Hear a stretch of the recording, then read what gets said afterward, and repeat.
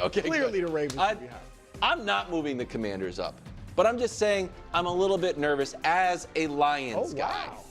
As a Lions guy, I'm nervous about the Commanders. Do you I really expect a the Lions to cruise? Yes, but I'm also a realist. And Greg, tell me if this is wrong. If a team is going to beat the Lions, they're going to be a defensive team that can put some stops. You don't think they're going to be able to stop Detroit? I hope not. But the defense has gotten better. The first few weeks, not great. First 12 games, actually. And then all of a sudden, the last 6, wow, everything got better. So I'm like, all right, the defense is improving. Then you got the fourth quarter, if it's close. I think the Lions will be great. But certainly they can't look to the opposite sidelines and be like, oh, we'll be fine, rookie QB over there. This guy's locked in, Brady-esque. And then finally, you mentioned it, rookie quarterbacks actually somehow better in the divisional round. Now they have no chance in the conference championship, but divisional round, you're all of a sudden 500. I'm just nervous. I'm not moving the Commanders up. I'm also just seeding the ground. Wild. Seeding the ground. If the Lions lose, I would really like you to say something, and Hugs, get the graphic. I've been a... All right. They don't really go on and talk about the Commanders anymore after that. It just kind of goes into a whole nother thing. So I just really wanted to isolate this clip, which I've already shown this full clip when I did the whole tiers before. But I just wanted to really kind of isolate kind of a couple of these graphics and kind of talk about the Commanders, because I was thinking about this before. I made a bunch of these videos earlier in the day, and now when I'm recording this, it's a lot, it's the middle of the night. And I'm posting this in the morning, so we're all over the place here. But I was thinking about this. I was taking kind of a rest because I knew I wanted to make a whole bunch more videos tonight. And I was thinking about this. Nick, for the longest time, shouldn't say the longest time, for the last 3, 4, 5 weeks, whatever it was, as soon as the Lions started getting injured, he kept saying, this is so bad, this is so bad, this is so bad. The Lions, they're in trouble. That, their defense, they can't, Dan Campbell's saying the quiet part out loud.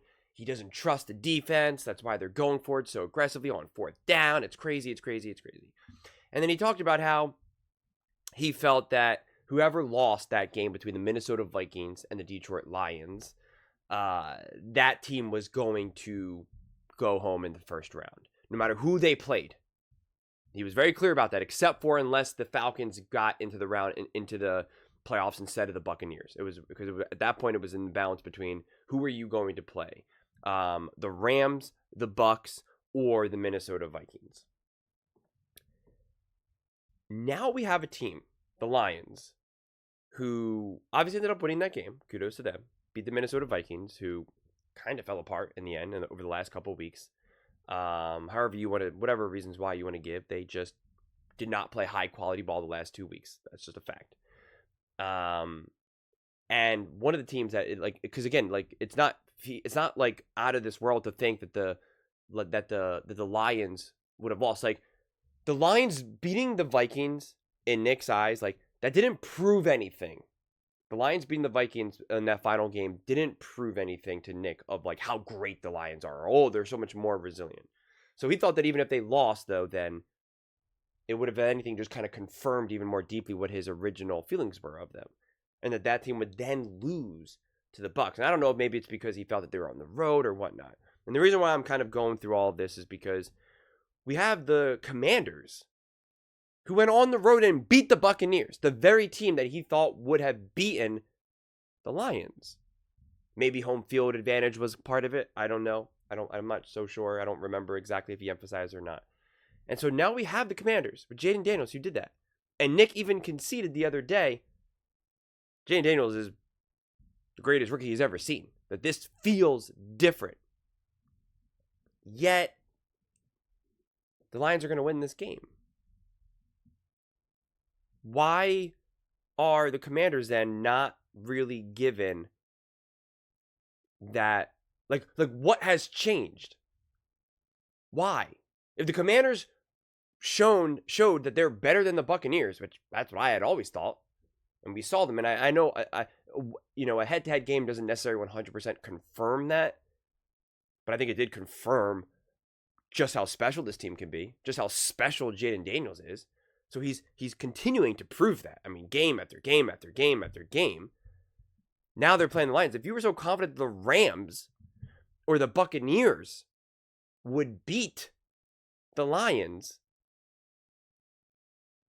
why can't the Commanders? Why can't that team do that right there? I mean, that's insane. Those stats are bonkers, are wild. And the defense is getting better. The defense is getting better.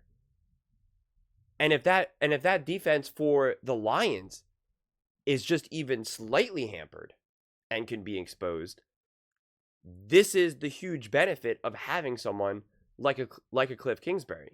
And I kind of said this in an earlier video. I forget which video. I've made a ton of Commanders videos this week.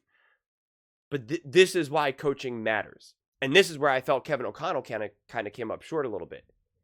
Credit to the Rams and the Lions. Great defense. But I really was excited to see.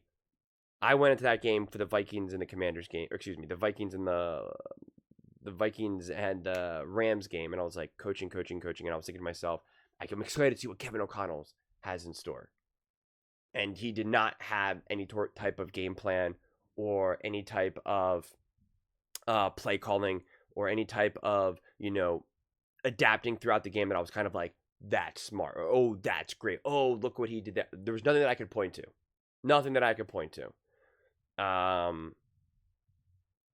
That's not going to be Cliff Kingsbury. Cliff Kingsbury is absolutely been figuring out different ways how to do this. And the other benefit is that Dan Quinn really stifled the Detroit Lions with the Dallas Cowboys last year. I mean, he did. Again, that game could have gone in different directions. I know there was all the issues with the trick plays and stuff. I remember watching that game live very vividly, and I was just like, this is wild. And then Dan Campbell just kept going for it and going for it and going for it. And I was like, bro, what are you doing? What are you doing? But Dan Quinn, this offense is not going to have Dan Quinn, is not going to catch Dan Quinn off guard.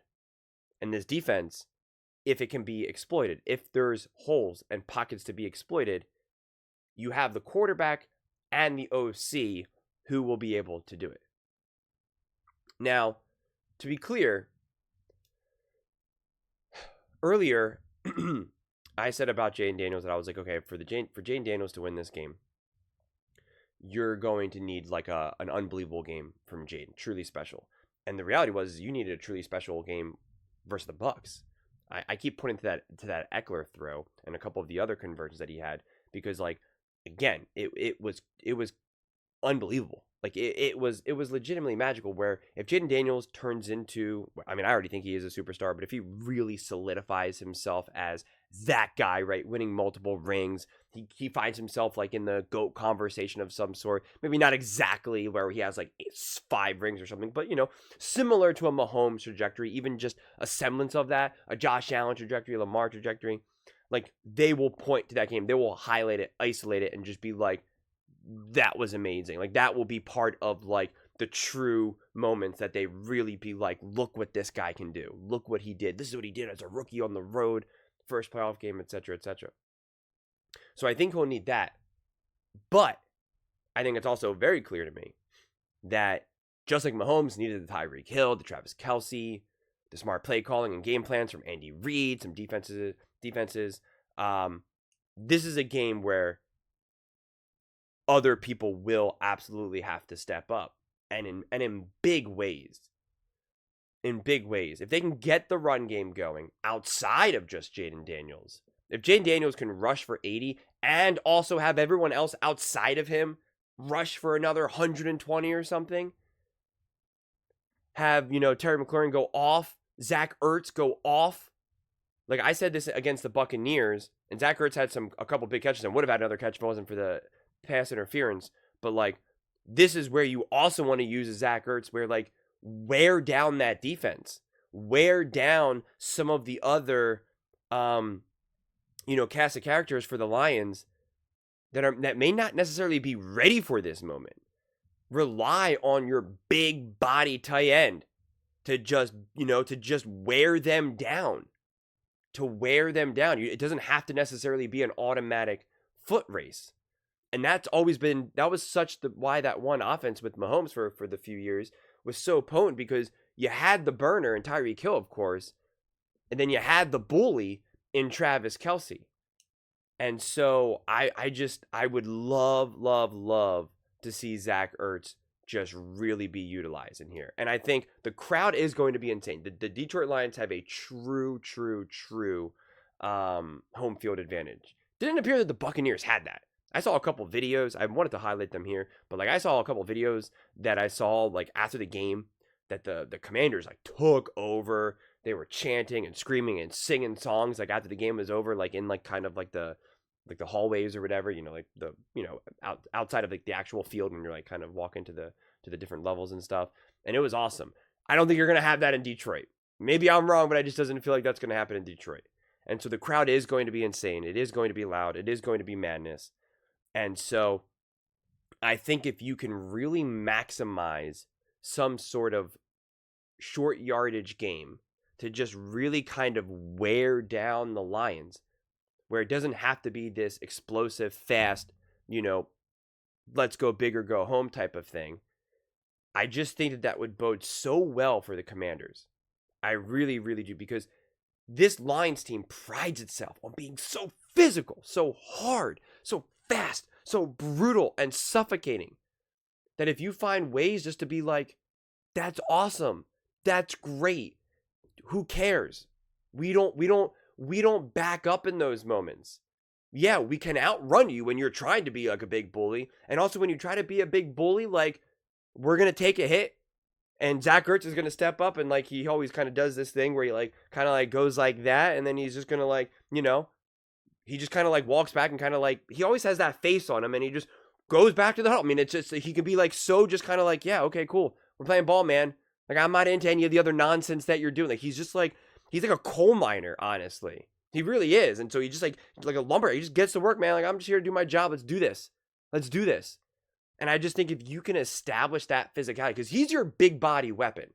And I think if you establish that and the run game outside of just Jaden, but also when they are going to try, because again, if they do what they keep trying to do, where they're just like, we're just going to try to get after the quarterback, it's hard for me to imagine that that's what they're going to try to do. I mean, like, I keep going back and forth. Like, I don't know how you could just try to be like, okay, we're just going to go after Jaden and just hope that he can't handle it.